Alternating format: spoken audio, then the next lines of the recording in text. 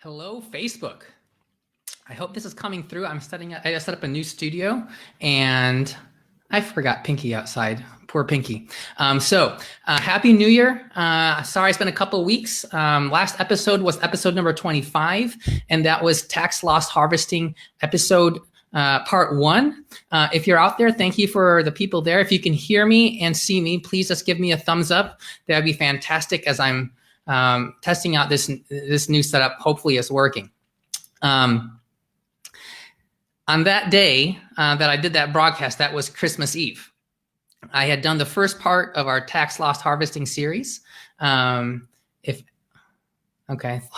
somebody can hear me. Just give me a thumbs up or make a comment. That would be great. Okay, we started our tax loss harvesting episode, and on that day, actually, we had a substantial drop in the market, which I didn't even know about. It was about 5%. I started working on my PowerPoint for that day, and I wasn't paying attention. And then I went and did my talk and went back and looked later, and lo and behold, it was like a 5% drop. So the numbers were actually more than expected. Amin, thanks for the confirmation. Thanks for being here. Okay, so if you didn't see the first part of the tax loss harvesting episode, please go back and review that. It goes back through basically all the nuts and bolts of how it works. Okay, and here I'm just gonna kind of wrap that portion up and then just do some New Year stuff. So let's see if I can make the wrong way. Okay, all right, I'm gonna take off the header and the title. Okay, so this is the slide I ended on, and this is what your 2018 1040, which is basically the main form. Everything kind of feeds into this. This form will show that you have a $3,000 negative. Okay, I ended up being able to harvest about $15,000 of losses last year. Okay, but you can only apply 3,000 of additional losses that exceed all of your other gains and offset ordinary income, and that's the portion that goes here. Okay, so that $3,000 savings, if you're at the top tax bracket, 37%, that'll save you about $1,100. Okay, in actual money, which you could invest. Okay, it's not a ton of money. It's a rounding error, frankly, for high income people. But you're saving it at your ordinary income level rate, so at like 37%. That's a big deal. There aren't many things you can do for the regular W-2 earner to offset ordinary income. Okay, so after you have your forms and you file your 1040, okay, or you have that portion of the 1040 ready, there's another portion. Okay, you want to make sure that any additional losses that you didn't claim are carried over for the following year. Okay, so, sorry, wrong way. So here is your Schedule D. Okay, so the tax forms are new this year. The 1040 is like a postcard now. Okay, and the Schedule A, B, C, D are the same, but now they have like these other schedules like 1, 2, 3, 4, etc. That feed into the regular 1040, but the Schedule D hasn't really changed. Okay, so the Schedule D has part 1, which you see right here, which is the top portion of it, and this is the portion for short-term capital gains and short-term capital losses.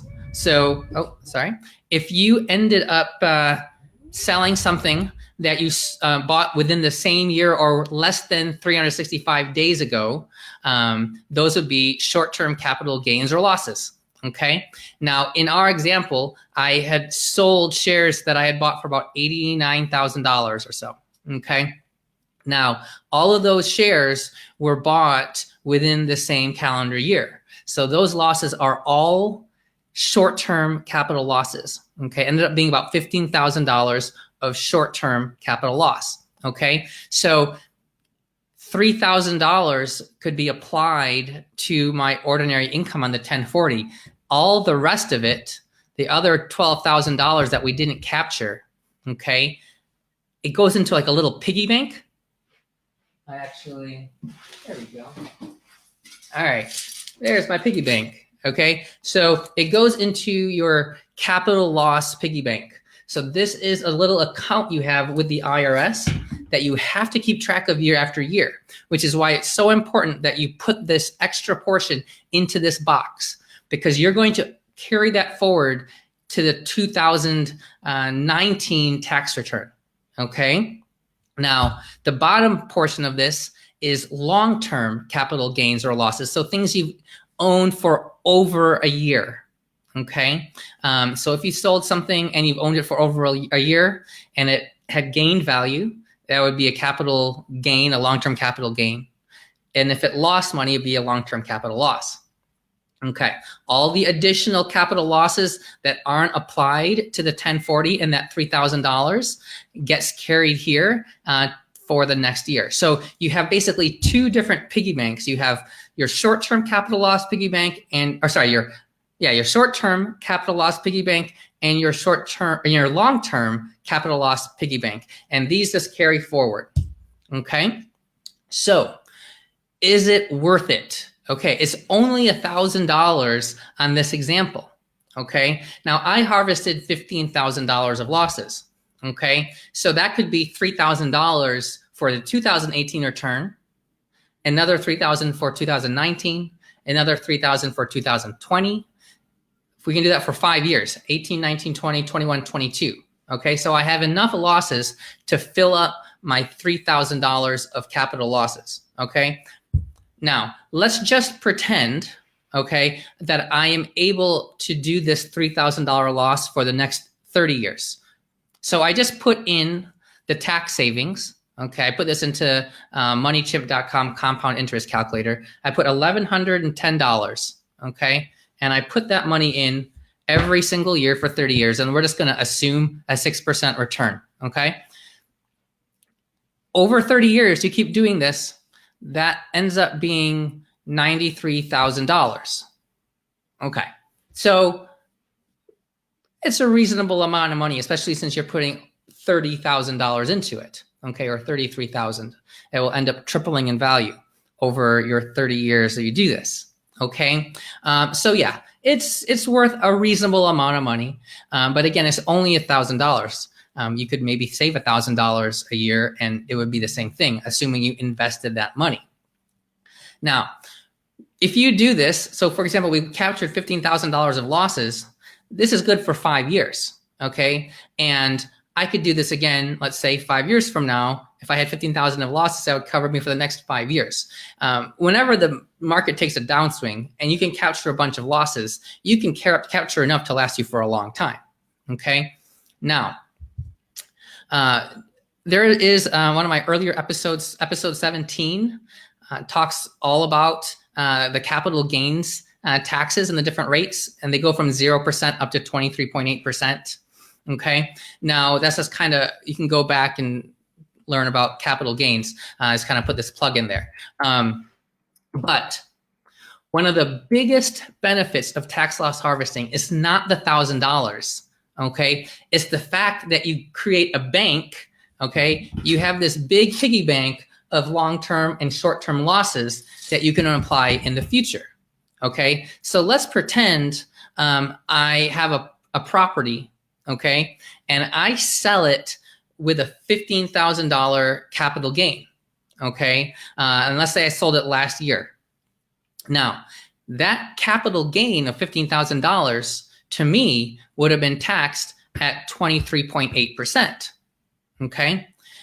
But if I have $15,000 of losses, I could wipe away that entire loss, okay? So if I'm paying 23.8% on a $15,000 gain, that's about 1/4 of it. So about $3,700 or so of tax I don't have to pay, okay? So that's worth a lot more than $1,000. It's worth $3,700. However, now I've utilized the entire piggy bank and it's empty, okay? But I've been able to use it to save myself $3,700. That $3,700 I could invest this year, and then I do that over time and that compounds, okay? So you can capture a lot of losses When you tax loss harvest and you keep your equity exposure the same, you're not changing your market exposure. So you're basically getting an almost free tax benefit, okay, by harnessing tax loss harvesting. Okay, so let's pretend there are people who have much, much, much bigger taxable accounts than I do. Okay, let's say somebody has $2 million in their taxable account. Okay, and let's say that there was a 10% loss that they were able to harvest in 2018. Well, that's $200,000. That's a gigantic loss you can put into your piggy bank, okay, of losses. This piggy bank, $200,000, well, you could have, again, like a rental property, sell for a bunch more money, okay, it appreciated a lot, you held on to it a long time, okay, and you could wipe that away. There's other ways to wipe away losses or taxable gains for rental properties, but just as an example. But another example is, let's pretend you are a physician in a private practice, okay, and your private practice gets bought out by some mega practice, right? It's happening all over the place, the corporatization of medicine. So if some company buys out your share of the company, that buyout could be a lot of money. A lot of people have gotten 7-figure buyouts from their ownership in their private practice. Okay, well, if you had a $200,000 loss and you had a $1 million buyout, okay, well, you probably had some sort of a buy-in, but everything between your buy-in price and your buyout price, that's all capital gains, okay? So you could use $200,000 to offset that, okay? So $200,000, that's a gigantic amount of tax savings because you're not paying gains on $200,000. At the 23.8% maximum tax bracket for capital gains, that's going to be $47,600 you save that year in taxes. Okay. So, I mean, granted, if you got a big buyout, you got this big, huge chunk of cash, you could pay for it. Okay. But if you tax loss harvested, you just saved yourself $47,000 in taxes that you could use to, again, invest.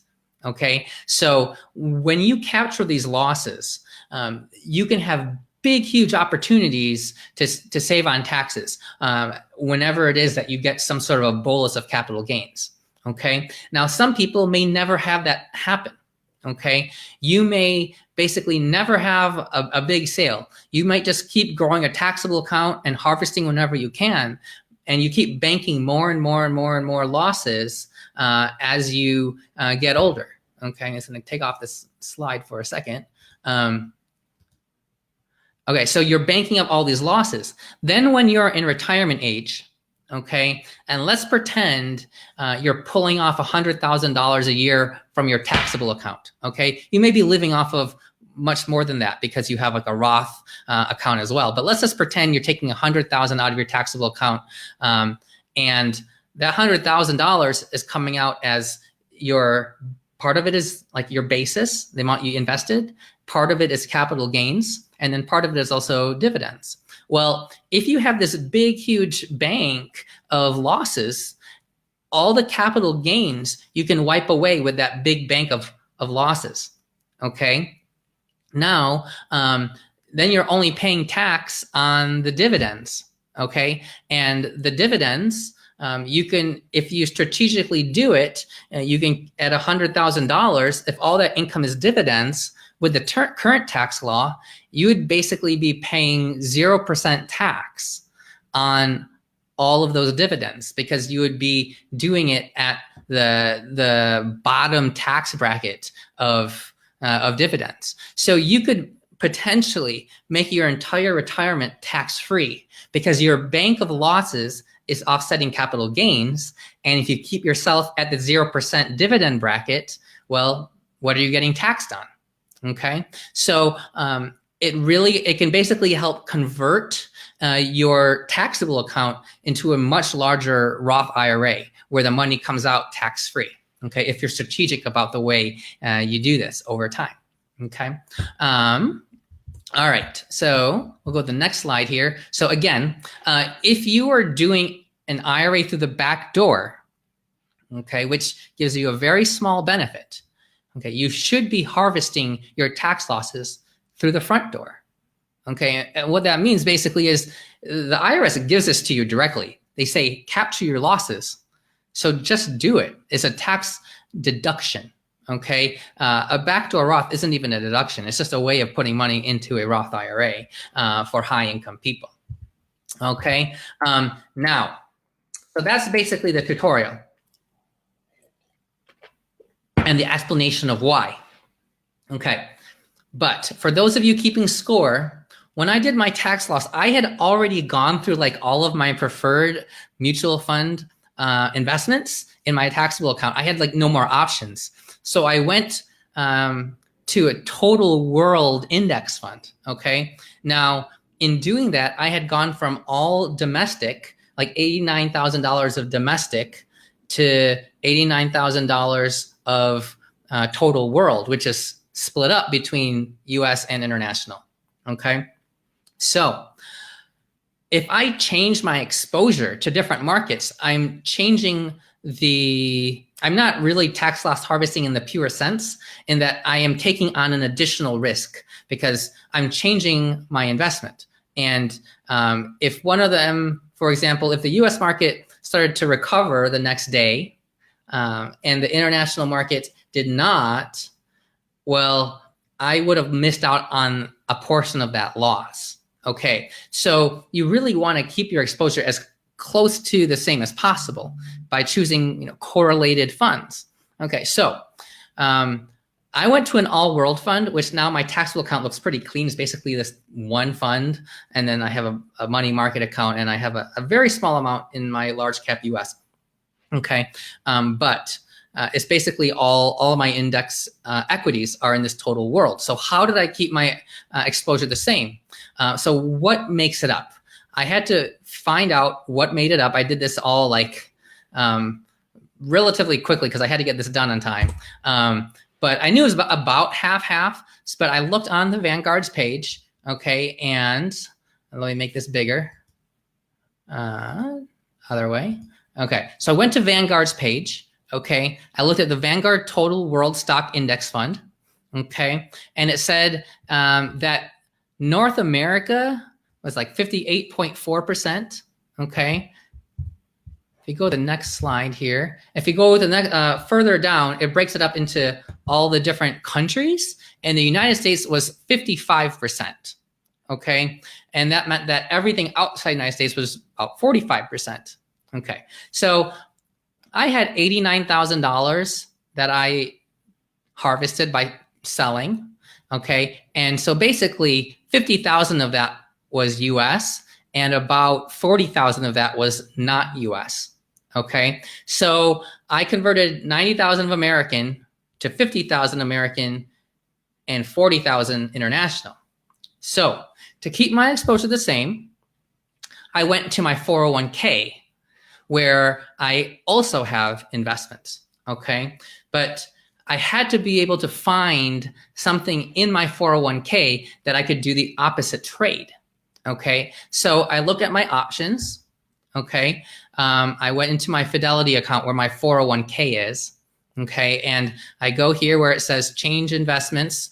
I'm going to exchange just one of my investments, and I chose to sell this Fidelity Global ex-US Index Fund. Okay, and I basically took $40,000, okay, of that, and because I had 40,000 in American that went to international, I needed to take 40,000 of international that I had in here and convert that to 40,000 in American. So I sold the 40,000 in international, and then I looked at what are my American stock funds, particularly the large cap ones, because they're going to be the most correlated with like the total stock market or S&P 500, basically, or large cap, which is what I had initially traded. Okay, so for example, in my 401k, I have VINIX or the VINIX, which is basically the S&P 500, but with institutional shares. So it's a very cheap version. I think the expense ratio might be like 0.03%. There's also Vanguard Windsor, okay, over here. And that one is more of it's actually like an actively managed fund with a very low expense ratio, but it's more of a large cap value fund. But there's also another, actively managed fund through T. Rowe Price that I could also choose as large cap. Now, I ended up making a trade. And so basically I went from an international to an American in my 401k. So that kept my exposure very, very, very similar. And now all I need to do is wait 31 days from the day I did that trade. So that was on December 24th.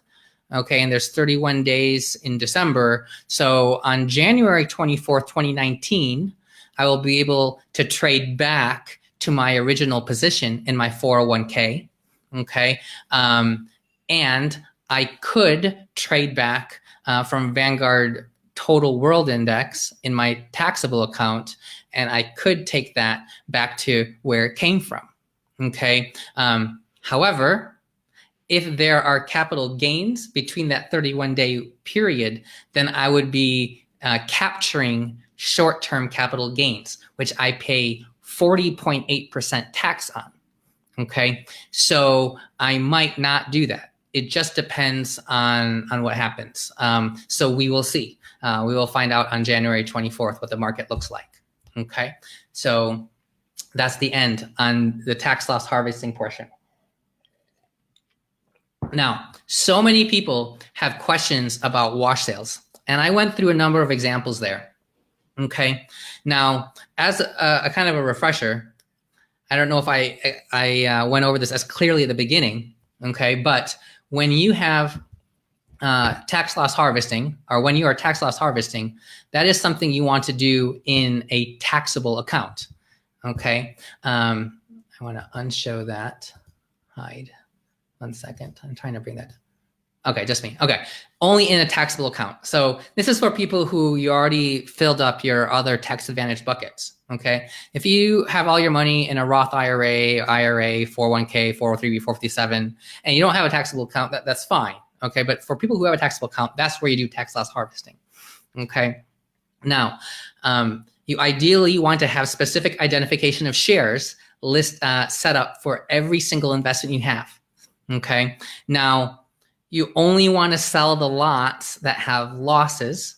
Okay, and then that way you're not necessarily selling things that have gains, which would minimize the amount of losses you can harvest.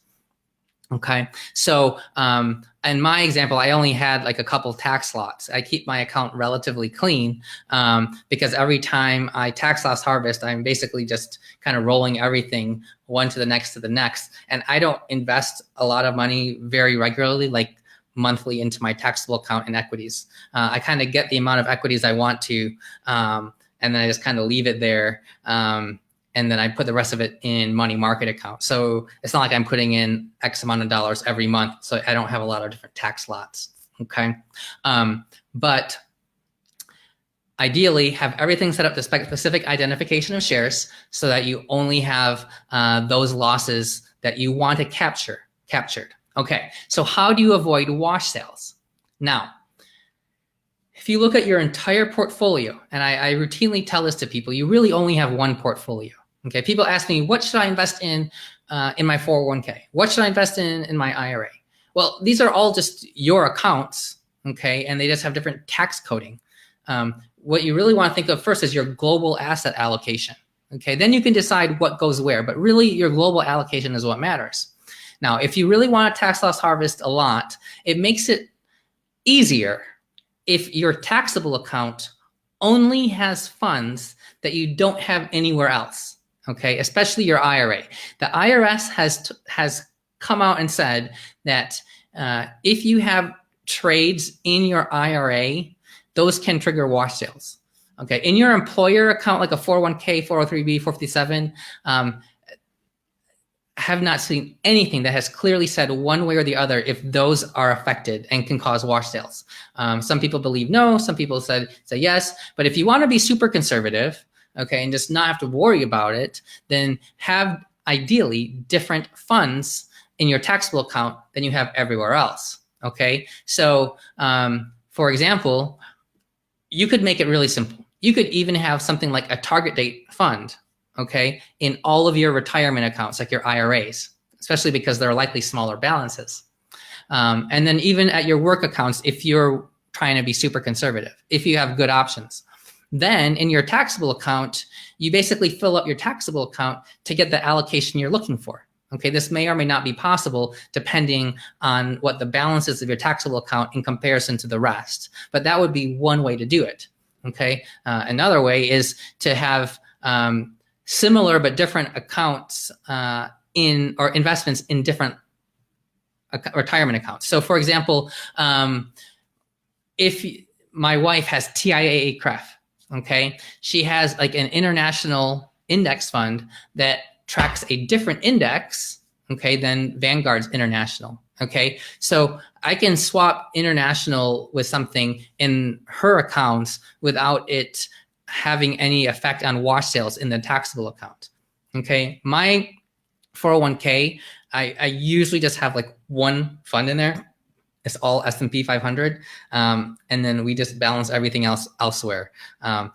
This was an exception because I had 40,000 in an international account I showed you, and I traded it. But that was only because I had already done a TLH in about a month ago, and I had to do a trade in my 401k. All right. But if you have different funds in your taxable account, it makes it simpler. Okay. Ideally, you want to have dividend reinvestment off on your taxable account. If you have similar funds in your other accounts, ideally you want to have dividend reinvestment also off in those accounts. Okay, so that way those reinvestments don't trigger wash sales on the taxable account. Now, it's going to be very hard for wash sales to be triggered and caught by anybody if they're not at the same like brokerage place, because that would be just so hard to track down. Okay, I'm assuming like in an audit, if the IRS had showed me all of your transaction history and your holdings and all of your investment accounts through the year, they could go back and try to find wash sales. That just seems like the biggest waste of time. Okay, there are so many other bigger fish to fry. But if you're trying to be conservative and not have to worry about it, then that is one way to do it. Just keep your taxable account with investments that you don't have in your others. So when I go through my tax loss harvesting pairs, I actually try to skip over the S&P 500 because I have an S&P 500 in my 401k. My wife has S&P 500 in hers. So I try not to use S&P 500 unless I kind of have to. As long as it's not at a time within 30 days of a dividend, I'm okay. But in general, I just try not to use S&P 500. All right. So that's about it on tax loss harvesting. I hope I answered most people's questions on tax loss harvesting. Happy 2019 to everybody. Pinky will have to be here for the next episode. And I have a new studio here, which is in progress, but I'm happy I have space here to do a show. And I'm hoping to do more shows more frequently again, like I had done last summer. For those of you who did your IRA contributions for 2019 already, good job. Way to be on the ball. That limit is $6,000 this year for people under the age of 50. And it's $1,000 higher for people who are 50 years or older by the end of the calendar year. Okay. If you did your backdoor Roth, you would have put 6,000, for example, into your traditional IRA and then a Roth conversion as soon as it's settled. And then you'd have basically completed that already. If you didn't do it for 2018, you still can. You can do it up until April. Okay. Just know that the Roth conversion occurs in 2019. Roth conversions always are coded on your tax filing for the year in which it is done. A contribution to an IRA is coded for the year of that the contribution is coded for. So being January right now in 2019, you could put a contribution for 2018 if you haven't done it. And you could also put a contribution for 2019 if you you haven't done it. So you could put in 5,500 for 2018 and 6,000 for 2019. So you could put 11,500. I would do it as 2 separate transactions though. That way they're easily coded to each different tax year, and you could just do one Roth conversion. Now, as a secret, I actually haven't done my 2018 backdoor Roth yet. Neither my wife nor I.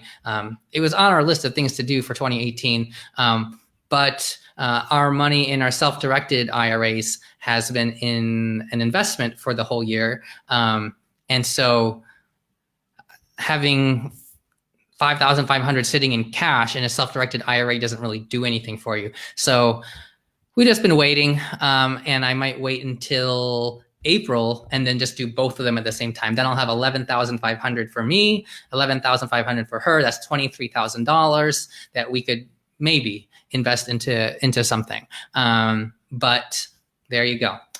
You could front load your 403B, 457 if you can, or 401k. My wife already filled up her 457B, which there's no match on. So we went ahead and did that on her first paycheck. Her 403B, she has 2 parts of it. One of them she's going to fill up on February 1's paycheck. And the other part of the 403B, that has to come out monthly with her paycheck. Okay, and that's where the match is, and it's required to come out monthly. You can't front load that portion. For me, my match comes actually the calendar year afterward.